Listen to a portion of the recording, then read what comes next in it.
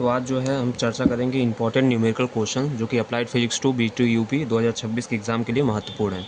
ठीक है, तो इसमें सबसे पहला जो क्वेश्चन है वो है आपके यूनिट नंबर 1 से। ठीक है, इसमें क्या लिखा है क्वेश्चन को देखो।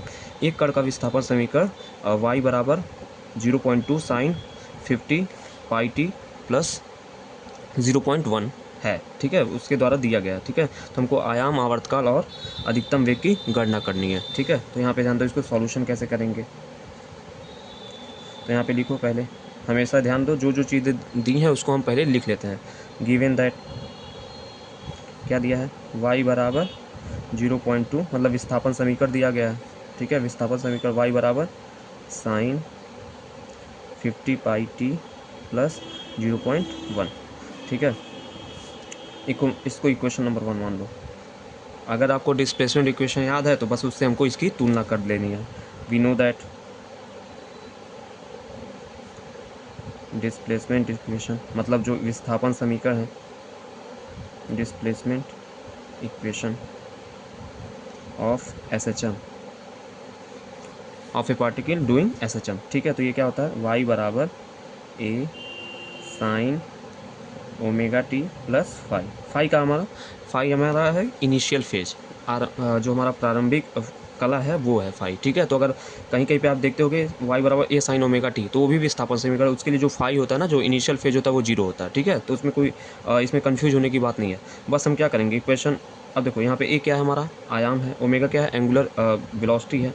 ठीक है, और ये फाई हमारा क्या है, वहाँ से फाई हमारा निकल गया यहाँ पे आपका फेज। ठीक है, तो बस अब इसकी तुलना कर दो। तो हमसे यही तो आयाम ही तो पूछा है। तो समीकरण 1 तथा 2 की तुलना करने पर, ठीक है, क्या क्या मिला, a बराबर हमको मिल गया 0.2, ये क्या होगा, मीटर। ठीक है, हमेशा इसका यूनिट SI में ही आएगा, ध्यान रखना। अब देखो ओमेगा बराबर क्या दे दिया गया, ओमेगा की वैल्यू निकाल लो यहाँ से 50 पाई। ठीक है, 50 पाई यहाँ से दे दिया है। ठीक, तो हमें क्या, अब दूसरी चीज़ क्या निकला, एक तो चीज़ आयाम हमारे यहाँ से निकल गया, ये हो गया हमारा आयाम। दूसरी हमको टाइम पीरियड निकालना है, तो t बराबर आवर्तकाल जब आपको पढ़ाया गया था तो उसमें आपको बताया गया था जो आवर्तकाल का फॉर्मूला होता है t बराबर 2 पाई बाई ओमेगा होता है। तो 2 पाई बटे ओमेगा कितना दिया हमारा 50 पाई। ठीक है, तो पाई से पाई कैंसिल हो गया, ये हमारा कितना आ गया, यहाँ से ध्यान दो 0.04। ठीक है, ये हमारा कितना आ गया, सेकेंड, ये हमारा आ गया सेकेंड 0.04। मतलब यहाँ से हमने क्या किया है, 0.2 को 5 से डिवाइड कर दिया है, तो आपका इतना सेकेंड आ गया। अब देखो लास्ट चीज़ हमसे पूछा है कि अधिकतम क्या, अधिकतम वेग, ये ध्यान रखना, अधिकतम वेग। आपको पता होगा कि जो हमारा अधिकतम वेग होता है वो कहाँ पे होता है, अगर कोई SHM कर रहा है, अगर कोई बॉडी, तो हमारा जो यहाँ जो हमारा मीन पोजीशन पे जब यहाँ से ये होता है वो मीन पोजीशन पे आता है, उस समय हमारा क्या होता है, y बराबर 0 होता है, तब हमारा वेलोसिटी क्या होती है, मैक्सिमम होती है। तो जो हमारा वेलोसिटी का फार्मूला आपको पढ़ाया गया था वो हमारा पढ़ाया गया था ओमेगा रूट में a² माइनस y²। तो अगर हम क्या करें, v मैक्स निकालें, v मैक्स क्या आ जाएगा, यहाँ से y बराबर 0 हो जाएगा, तो ये हो जाएगा a² बचेगा बस, तो a बाहर आ जाएगा, तो a ओमेगा, ये ध्यान रखना, बस यही फार्मूला, अधिकतम वेग v मैक्स बराबर हम यूज करेंगे a ओमेगा। ठीक है, तो इसके बराबर क्या हो जाएगा, ए की वैल्यू हमारा यहाँ पे निकला है, ओमेगा की वैल्यू यहाँ से 50 पाई, तो ये क्या हो जाएगा, यहाँ से जब इसको मल्टीप्लाई करेंगे 10 पाई, और इसका यूनिट क्या हो जाएगा, मीटर पर सेकेंड। तो ये आपका इक्वेशन, जो आपका क्वेश्चन था वो इस तरीके से सॉल्व होगा। ये कई बार पूछा गया क्वेश्चन है, तो मतलब बस ये वैल्यूज़ बदल देता है, बाकी सब चीज़ें सेम रहती है। नेक्स्ट देखो, अब छोटे छोटे क्वेश्चन हैं, तो नेक्स्ट जो है हमारा इसमें क्या दिया है, एक तरंग की आवृत्ति हमारा कितना दिया है, मतलब जो f दिया है वो हमारा कितना दिया है, गिवन दैट या दिया है, या बराबर 500 हर्ट्ज, और उसका वेग v बराबर कितना दिया है, 350 मीटर पर सेकेंड। हमको निकालना क्या, यहाँ से तरंग दैर्घ्य लैम्डा की वैल्यू निकाल दी है। वी नो दैट, हम जानते हैं लैम्डा का फार्मूला आपको पता होना चाहिए, जो तरंग दैर्घ्य होती है उसका जो फार्मूला होता है वो पता होना चाहिए। वी नो दैट जो हमारा v बराबर होता है f लैम्डा होता है, यानी लैम्डा बराबर क्या हो जाएगा, v/f, यानी 350 बटे 500। ठीक है, जब इसको आप डिवाइड वगैरह करोगे तो ये आ जाएगा 0.7 मीटर। ठीक है, तो ये आपकी लैम्डा की वैल्यू आ गई। ठीक है, ये भी कई बार पूछा गया है 2 नंबर के क्वेश्चंस में। यहाँ पे ध्यान दो। नेक्स्ट हमारा ऑप्टिक्स से है। नेक्स्ट क्वेश्चन ये हमारा क्या है कि √2 अपर्तनांक वाले माध्यम से हवा में जाने वाली प्रकाश की किरण के लिए क्रांतिक कोण की गणना करिए। अच्छा देखो यहाँ पे क्या है, जो हमारा माध्यम 2 है ना, मतलब जो दूसरा माध्यम है वो हमारा हवा है, और जो सघन माध्यम है वो हमारा क्या है जो हमारा सघन माध्यम है उसका अपर्तनांक हमारा √2 दिया हुआ है। ठीक है, तो यहाँ से आप लोग ध्यान रखना कि जो हमारा साइन थीटा सी, ये इसके और अपर्तनांक के बीच में क्या रिलेशन होता है, साइन थीटा सी बराबर 1/n।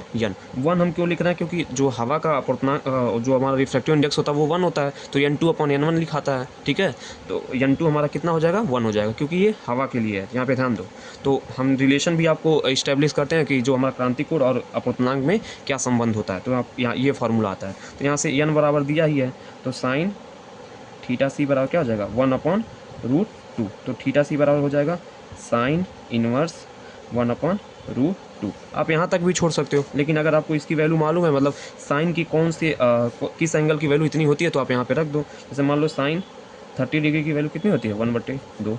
साइन 45 डिग्री की वैल्यू होती है 1/√2। साइन 90 की वैल्यू होती है 1। ठीक है, तो इसमें देखो साइन 1/√2 को हम लिख सकते हैं साइन 45 डिग्री। तो यहाँ पे हम लिख देंगे थीटा सी बराबर साइन इनवर्स साइन 45 डिग्री। तो यहाँ से देखो, जब sine inverse of sine 45 degree निकालोगे तो यहाँ से थीटा सी हमारे को क्या मिल जाएगा, 45 डिग्री। ठीक है, तो ये इसका आंसर हो गया। नेक्स्ट हम करते हैं, देखो अब ये जो नेक्स्ट है ये हमारा कूलम्ब्स लॉ पे है। ठीक है, तो कूलम्ब्स लॉ पे है, तो इसमें क्या है, निर्वात में 20 सेंटीमीटर की दूरी पर रखे हुए 2 आवेश दिए गए हैं। ठीक है, तो गिवन दैट उनके बीच में हमको स्थिर वैद्युत बल की गणना करिए। तो गिवन दैट क्या क्या दिया है, Q1 बराबर दिया हमारा 5 माइक्रोकुलाम, Q2 बराबर दिया है 10 माइक्रोकुलाम, और R बराबर दिया है उनके बीच की दूरी यहाँ से 20 सेंटीमीटर। ठीक है, हमको F की गणना करनी है। We know that by Coulomb's law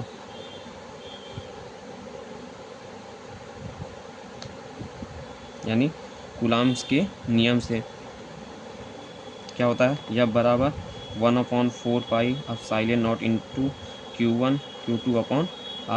बस हमको वैल्यू पुट करनी है। 1/4 पाई एप्सिलॉन नॉट की वैल्यू होती है 9 × 10⁹। ठीक है, उसके बाद Q1 की वैल्यू कितना दिया, अच्छा यहाँ देखो ये हमारा माइक्रो कूलम में दिया ना, लेकिन ये हमारा सेंटीमीटर में, तो सबको एक यूनिट में हम लेके आएंगे। तो यहाँ से ध्यान दो, तो ये क्या हो जाएगा 5 × 10⁻⁻6 कूलाम, ये हो जाएगा 10 × 10⁻⁻6 कूलाम। ये हमारा सेंटीमीटर में है, तो 20 × 10⁻⁻2 मीटर, या इसी को लिख सकते हैं 0.2 मीटर। ठीक है, अब बस हमको वैल्यू अब पुट कर देनी है। सभी यूनिट्स एक सिस्टम में आ गए हैं, बस हमको वैल्यू पुट करनी है। तो ये हो जाएगा 5 × 10⁻⁻6 मल्टीप्लाई बाई 10 × 10⁻⁻6 अपॉन 0.2 का स्क्वायर, R² है ना, तो इस तरह से हमने स्क्वायर लग दिया। अब यहाँ से क्या हो जाएगा, गुणा भाग करो। यहाँ देखो 5 और 9, यहाँ क्या है 45, 5 और 9 का मल्टीप्लाई करेंगे 45। यहाँ पे देखो, यहाँ पे 10⁻9 है, यहाँ पे 10⁻6 है, यहाँ 10⁻6 और ये 10⁻1 है। ठीक है, तो अगर यहाँ पे ये प्लस प्लस वाले को एक बार जोड़ दो तो 10⁻10 हो जाएगा, और यहाँ पे 10⁻12 हो जाएगा। तो दोनों को जब आपस में मल्टीप्लाई करोगे 10⁻2 ऊपर बचेगा, नीचे कितना हो जाएगा 0.04 हो जाएगा। मतलब क्या हुआ, इसको हम लिख सकते हैं 0.45/0.04। तो इसको जब आप यहाँ से डिवाइड करोगे तो F बराबर कितना आ जाएगा, F बराबर यहाँ से आएगा लगभग, मतलब 45 क्या कर दें हम 4 कर दें, तो F बराबर यहाँ से हमारा आ जाएगा लगभग 11.25 न्यूटन। आप लोग यूनिट जरूर लिखा करिए। ठीक है, यूनिट आप लोग अक्सर भूल जाते हो, इस नाते नंबर कट जाता है। ठीक है, तो आप लोग यूनिट मत भूलिए। यहाँ पे फोर्स का था तो हमने यहाँ पे न्यूटन लिख दिया। ठीक, अब ध्यान दो, नेक्स्ट ये बहुत इंपॉर्टेंट है। ठीक है, ये आपके सिलेबस में भी आप देखोगे ना, अगर सिलेबस पढ़ोगे तो उसमें ये जब टॉपिक दिया उसमें लिख दिया है न्यूमेरिकल्स, तो इसके पूछे जाने की संभावना इस बार तो बहुत ज़्यादा है। तो इस टाइप के कई क्वेश्चन आप सॉल्व कर लीजिएगा। ठीक है, चलो यहाँ पे देखो क्या क्या दिया है, कि यहाँ पे दिया है 3 प्रतिरोध जो हैं, 3 जो संधारित्र हैं। ठीक है, जिनकी धारिता 3 माइक्रोफैरड, 6 माइक्रोफैरड और हमारा 12 माइक्रोफैरड हैं। तो अगर वो श्रेणी क्रम में हैं, श्रेणी क्रम में, तब आप उनकी समतुल्य धारिता निकालिए, और समांतर क्रम में तब उनकी समतुल्य धारिता निकालिए। तो सबसे पहले लिख लो क्या क्या चीज़ें दी हैं। गिवन दैट क्या क्या दिया है, C1 बराबर 3 माइक्रोफैरड, C2 बराबर 6 माइक्रोफैरड, C3 बराबर 12 माइक्रोफैरड। ठीक है, इतनी चीज़ें दी हैं। ठीक, अब देखो फर्स्ट के लिए हम सॉल्व करते हैं कि अगर क्या हो C1 C2 C3 श्रेणी क्रम में हों, श्रेणी क्रम में यदि C1 C2 C3 श्रेणी क्रम में हों, तब आपको फार्मूला याद होना चाहिए। 1/CS बराबर हो जाता है 1/C1 plus 1/C2 plus 1/C3। ठीक है, ये बात ध्यान रखना, ये प्रतिरोध का जो कॉम्बिनेशन होता है ना प्रतिरोधों का, उसका जस्ट उल्टा है। तो जो उसके समांतर क्रम के लिए होता है वो इसके श्रेणी क्रम के लिए होता है। तो यहाँ पे आप लोग कई बार गलती करते हो, तो श्रेणी क्रम में ही वो प्रतिरोध वाला फार्मूला लगा देते हो, तो इससे बचो, थोड़ा सा इसको प्रैक्टिस कर लेना। तो 1/CS बराबर क्या हो जाएगा, बस C1 C2 की वैल्यू रख दो। अब देखो यहाँ सब एक यूनिट में है, तो हमको चेंज करने की ज़रूरत नहीं है। ठीक है, तो हम क्या करेंगे यहाँ पे 1/3 प्लस 1/6 प्लस 1/12 करेंगे। अब एलसीएम ले लो, तो इसका एलसीएम 12 आएगा। तो यहाँ से आप इसको सॉल्व करोगे तो ये रहा, तो ये कितना आ गया 7/12। ये 1/CS की वैल्यू आई है, ध्यान रखना हमको CS निकालना है। तो CS की वैल्यू कितनी हो जाएगी, इसका उल्टा हो जाएगा 12/7। अगर आप सॉल्व कर सकते हो तो करो, नहीं तो यहीं पे आप छोड़ सकते हो। ठीक है, अगर आप सॉल्व करोगे तो यहाँ से आप ध्यान दो 7 एकम 7 और यहाँ पे 50 7 7 49, इतना माइक्रोफैरड आ जाएगा। तो मतलब जो CS की वैल्यू आ गई वो हमारे 1.7 माइक्रोफैरड आ गई। ठीक है, ये हमारा श्रेणी क्रम के लिए हो गया। अब सेकेंड आते हैं हम, यदि C1 C2 C3 समांतर क्रम में है, समांतर क्रम में हो, तब हमको फार्मूला पता है सीधा, CP बराबर C1 plus C2 plus C3, यही इसका फार्मूला है। बस हमको फार्मूले में वैल्यू रख देनी है। तो C1 की वैल्यू 3 माइक्रोफैरड है, इसकी वैल्यू 6 माइक्रोफैरड है, इसकी वैल्यू 12 माइक्रो। तो ये कितना हो जाएगा 6 3 9 और ये आपका 21 माइक्रोफैरड। तो CP बराबर हमारा हो गया 21 माइक्रोफैरड। ठीक है, तो ये क्वेश्चन आप जरूर देख लीजिएगा, ये क्यों, चूँकि आपके सिलेबस में स्पेशली इसके लिए लिखा गया है कि न्यूमेरिकल्स। ठीक है, तो आप लोग इस टाइप के 2-3 क्वेश्चन लगा लीजिएगा। ठीक है, अब नेक्स्ट आते हैं। देखो अभी हमने संधारित्र की बात की थी, जो श्रेणी एंड समांतर क्रम आया था, ये प्रतिरोध का भी आ गया। ठीक, अब देखो यहाँ से प्रतिरोध के लिए इसके भी सेम सोल्यूशन हम करेंगे। पहले जो जो चीज़ें दी हैं उसको लिख लो। गिवन दैट R1 बराबर हमारा दिया 2 ओम, R2 बराबर दिया है 3 ओम, R3 बराबर दिया है 5 ओम। ठीक है, तो हमको निकालना है फर्स्ट। देखो क्या फर्स्ट, ये तीनों क्या हो R1, यदि R1 R2 R3 क्या हो श्रेणी क्रम में हो, श्रेणी क्रम में हो, तब फार्मूला आपको पता होगा, ये कैपेसिटर का जस्ट उल्टा है। तो RS बराबर हो जाता है R1 plus R2 plus R3। Formula आप लोग याद रखे रहिए, आराम से न्यूमेरिकल हो जाएगा। बस वैल्यू पुट करो 2 + 3 + 5। तो RS बराबर हमारा कितना निकल गया यहाँ से 10।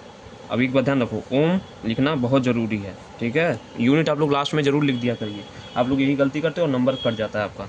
सेकेंड हमको क्या करना है, इसका पैरेलल कॉम्बिनेशन निकालना है। यदि R1 R2 R3 क्या हो समांतर क्रम में हो, समांतर क्रम में हो, तब 1/RP बराबर 1/R1 plus 1/R2 plus 1/R3। ये फार्मूला आपको याद होगा। अब बस हमको वैल्यू पुट करनी है, तो रखते हैं 1/2 प्लस 1/3 प्लस 1/5। अब देखो इसका एलसीएम आप निकालोगे तो ये आपका लगभग आ जाएगा 30 आ जाएगा। तो यहाँ से देखो 15 + 10 प्लस यहाँ से 6, कितना आ गया 31/30। ये हमारा हो गया 1/RP। तो RP कितना हो जाएगा, ये हो जाएगा 30/31। बस इतना ओम। सॉल्व करने की, अगर सॉल्व कर सकते हो आसान है तो तुरंत सॉल्व कर दो, नहीं करने के तो यहाँ पे भी छोड़ दो, लेकिन ये यूनिट जरूर लिख देना। ठीक है, ये हो गया हमारा इस तरीके का क्वेश्चन। ये भी आप लोग देख लीजिएगा, ये भी प्रीवियस ईयर में बहुत बार पूछा गया। ठीक है, नेक्स्ट आते हैं हम। हाँ, ये देखो ये थोड़ा सा इंपॉर्टेंट है ये, क्योंकि कभी कभी ये 1 नंबर में भी पूछता है, कभी कभी ये 2 नंबर में भी पूछ लेता है। तो इसका एक शॉर्टकट है, जैसे मान लो यहाँ पे पहले दिया क्या कि 5 ओम प्रतिरोध वाले एक तार को उसकी लंबाई का क्या किया गया, 3 गुना खींचा गया, तो इसका नया प्रतिरोध क्या होगा। ठीक है, एक तो वो तरीका है कि हम इसका मान लें कि आयत, अगर हम लंबाई बढ़ा रहे हैं तो उसका एरिया घटेगा। ठीक है, एक वो तरीका है। तो हम क्या करते थे, आयतन को आपस में, आयतन तो नहीं बदलता था, तो हम क्या करते थे, आयतन को आपस में बराबर करके हम ये देखते थे अगर लंबाई में हम इतना परिवर्तन करें तो एरिया में कितना परिवर्तन होता था, फिर हम R1/R2 करके निकालते थे। तो वो थोड़ा बड़ा है। ठीक है, ये इसका एक छोटा सा जो होता है, ये शॉर्टकट होता है। ये आप लोग ध्यान रखो, जो छोटे क्वेश्चन सॉल्व करने के लिए आपको ध्यान रखना है। इसमें दिया क्या है कि अगर हम क्या करें, R बराबर हमारा दिया जो R ओल्ड था, मतलब हम मान लेते हैं जो हमारा पुराना प्रतिरोध था, ये पहला था, वो 5 ओम था। ठीक है, इसने किया इसने मूल लंबाई का 3 गुना कर दिया। तो हम मान लेते हैं n बराबर यहाँ पे क्या हो गया 3, मतलब इसने क्या 3 गुना कर दिया। अगर 2 गुना किया होता तो n बराबर 2 होता। तो हमको क्या निकालना, R न्यू निकालना, मतलब जो नया प्रतिरोध है वो निकालना। अच्छा, एक बात ध्यान रखो, वी नो दैट ये शॉर्टकट है, बहुत आसानी से आपका हो जाएगा कोई भी क्वेश्चन था इस टाइप का। तो आपको याद होना चाहिए, जो R न्यू होता है ना, वो होता है कि जितनी भी हम लंबाई में वृद्धि कर रहे हैं उसका स्क्वायर गुणे R ओल्ड। ठीक है, हमको ये निकालने की जरूरत नहीं है कि एरिया में कितना परिवर्तन होगा, ये सब होगा, ये सब निकालने की जरूरत ही नहीं है। ठीक है, अब यहाँ देखो n का वैल्यू कितना दिया है 3, तो इसका स्क्वायर R ओल्ड कितना है 5। ठीक, तो मल्टीप्लाई करो तो R न्यू बराबर क्या आ जाएगा, यहाँ से 9 गुणे 5, मतलब क्या हो जाएगा, R न्यू बराबर 45 ओम। मतलब क्या हुआ, अगर हमने प्रतिरोध को क्या तार की लंबाई को 3 गुना बढ़ाया तो प्रतिरोध कितने गुना बढ़ गया, 9 गुना बढ़ गया। यहाँ से ध्यान दो, ये भी कभी कभी पूछ लेता है कि प्रतिरोध कितने गुना बढ़ जाएगा। ठीक है, तो यहाँ से आप इसको निकाल सकते हो। चलो, अब आते हैं नेक्स्ट क्वेश्चन पे। अच्छा, ये देखो आपके मॉडर्न फिजिक्स का सवाल है जो कि बहुत आसान है। ठीक है, अब इसमें देखो कि यहाँ पे जो न्यूमेरिक अपर्चर हमको निकालना है, संख्यात्मक द्वारा जो न्यूमेरिक अपर्चर होता है उसकी गणना करनी है। उसने क्या किया, कोर और क्लैडिंग का यहाँ से अपूर्णांक दे दिया। ठीक है, तो देखो इसमें थोड़ा सा गुणा भाग होगा, पॉइंट में दिया है ना, तो इसमें थोड़ा सा गुणा भाग आपको करना पड़ेगा। ठीक है, तो गिवन दैट जो चीज़ें दी हैं, गिवन दैट क्या क्या दिया है, रिफ्रैक्टिव इंडेक्स ऑफ कोर, मतलब कोर का अपूर्णांक n1 इसको मान लेते हैं, n1 बड़ा दिया 1.55। हमेशा याद रखना कि जो दो अपूर्णांक दिए हैं ना, मतलब अगर कोर क्लैडिंग बोलता भी नहीं है तो दो अपूर्णांक दिया तो उसमें जो सबसे ज़्यादा वाला होगा वही आपका कोर का होगा, क्योंकि कोर जो है क्लैडिंग की तुलना में ज़्यादा सघन होता है। ठीक है, ये दिया है। उसी तरह रिफ्रैक्टिव इंडेक्स ऑफ क्लैडिंग, ये n2 दिया है हमारा 1.4। तो बस आपको n निकालना है, न्यूमेरिक अपर्चर क्या करना है, निकालना है। वी नो दैट आपको न्यूमेरिक अपर्चर का फार्मूला आपको पता होना चाहिए।